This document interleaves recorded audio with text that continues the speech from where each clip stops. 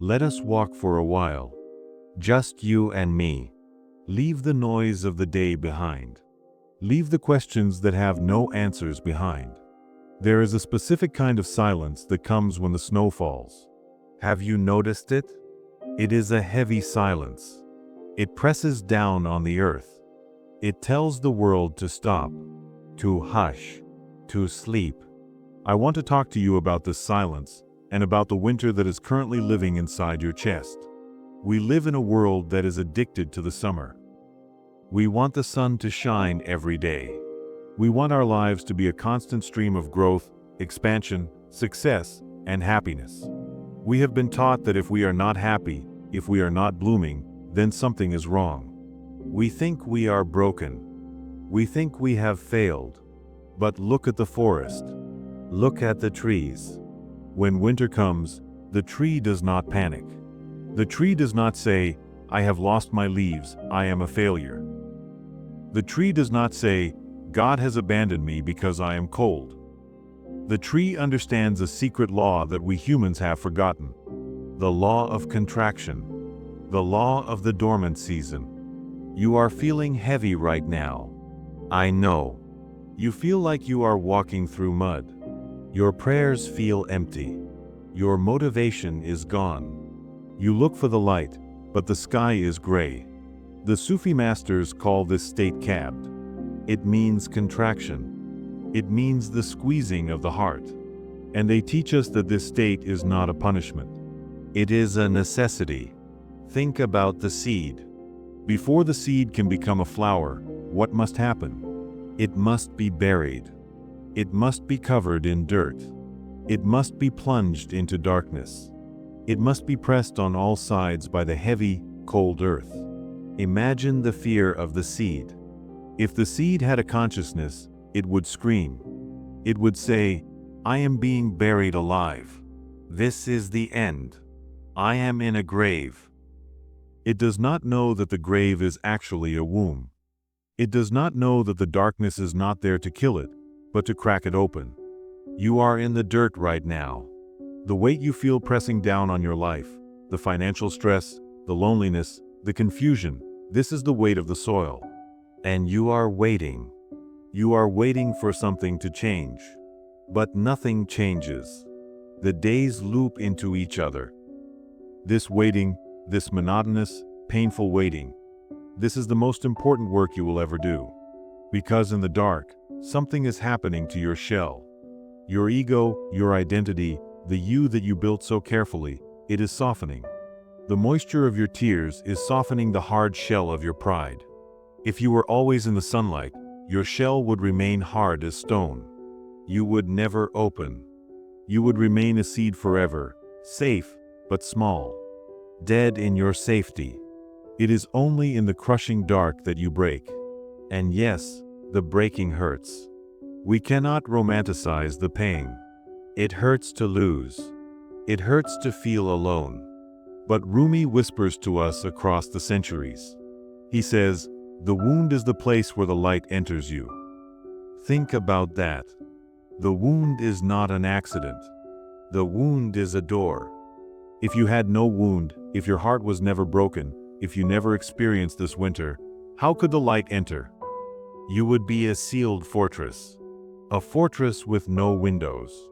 God loves you too much to let you stay safe and dark inside your own ego. So He sends the storm. He sends the earthquake. He cracks the walls of your fortress. Not to destroy you, but to ventilate you. To let the fresh air of reality in. So, what do we do in the winter? What do we do when we are just waiting in the dark? We do nothing. We surrender. This is the hardest thing for the modern mind.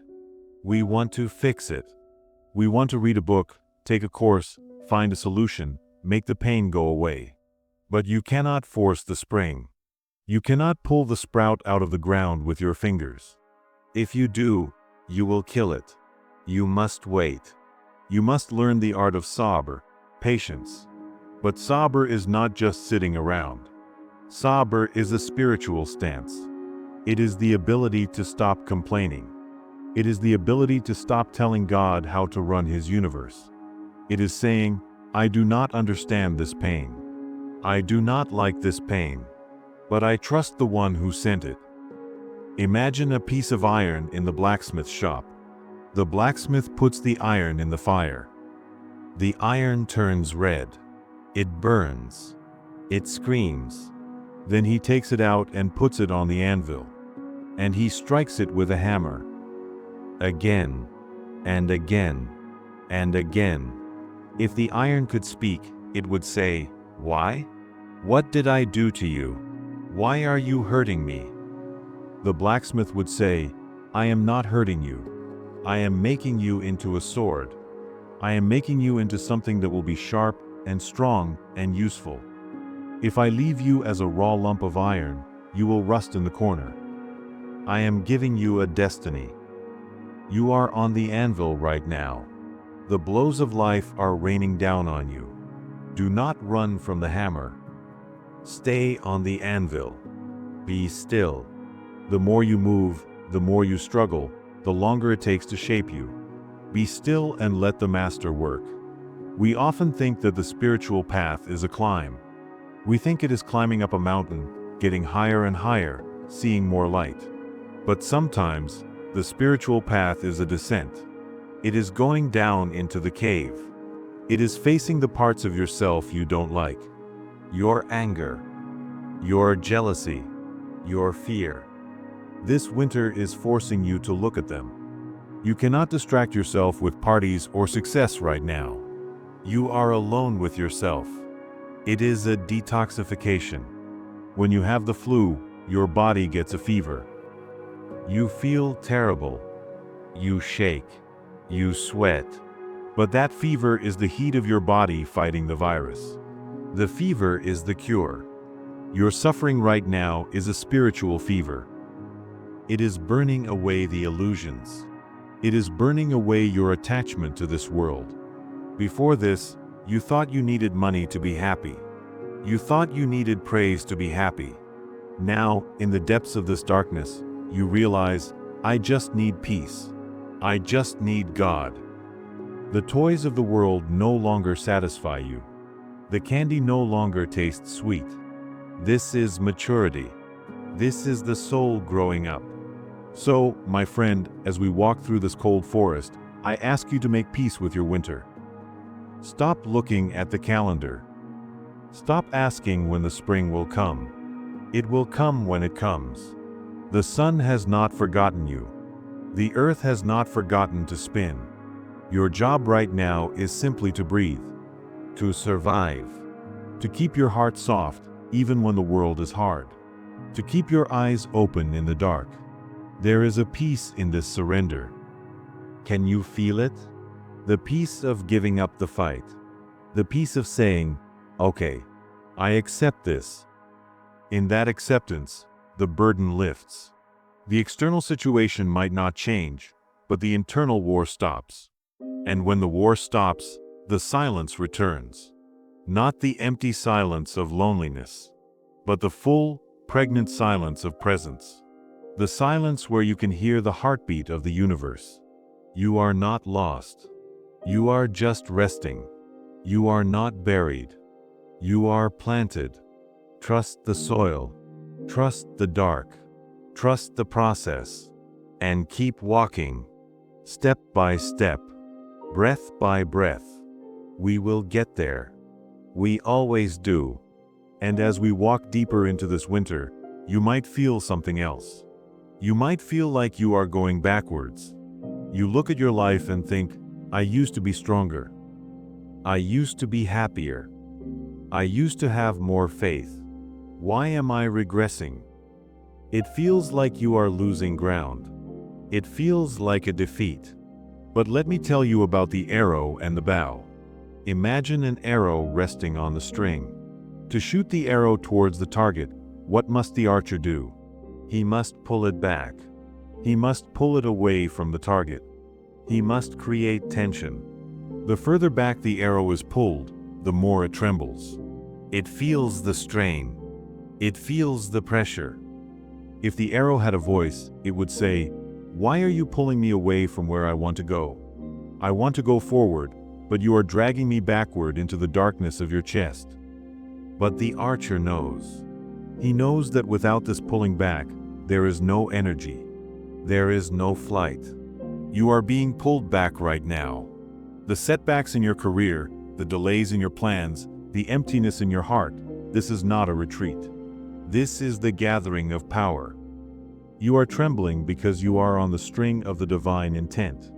The archer is aiming you at something greater than you can see. Do not snap the string with your impatience. Wait for the release. It will come. Consider the weaver of a carpet. If you look at the back of a beautiful Persian rug, what do you see? You see a mess. You see knots, loose threads, chaotic colors, tangles. It looks like a mistake. If you lived your whole life looking only at the back of the rug, you would think the weaver was incompetent. You would say, "What is this ugly chaos?" But the weaver is working on the other side. He is looking at the pattern. We are trapped on the back of the rug. We see the knots of pain, the tangles of loss. We do not see the picture. But every now and then, in moments of deep silence, we get a glimpse. We realize that the dark thread was necessary to make the gold thread shine. We realize that the mess was actually a design. Trust the weaver. He has not dropped a single stitch in your life. Not one tear was wasted. Not one moment of waiting was an accident. It is all part of a geometry that is too vast for our little minds to comprehend. So, when the silence becomes too loud, when the winter becomes too cold, remember this: the teacher is always silent during the test. Think about it. When you are in school, the teacher speaks during the lesson. He explains, he guides, he talks. But when the day of the exam comes, the teacher is quiet. He walks between the rows of desks, watching. He does not help. He does not speak. His silence is not an absence. His silence means he trusts you to remember the lesson. You are in the exam right now. The silence of God is not his absence. It is his confidence in you. He knows what he placed inside your soul. He knows you can endure this. He knows you will pass. Do not fill the silence with panic. Fill it with trust. Let the snow fall. Let the arrow tremble. Let the knots be tied. Everything is exactly where it needs to be.